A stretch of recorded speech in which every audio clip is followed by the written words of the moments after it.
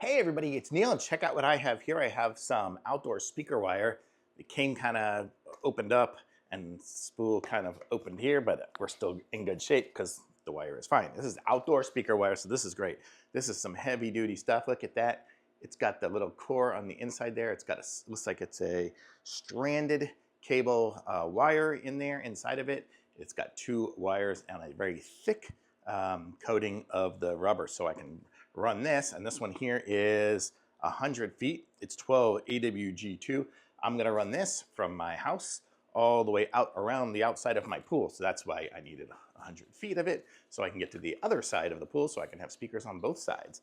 So this is gonna go and just kind of get buried around in the dirt, and then I have to go under just a little bit. There's like a little bit of concrete that I have to go under. So I'm just gonna trench that with a hose, and I will just run this through, and I just get to bury this. So this is great. This is just direct burial wire.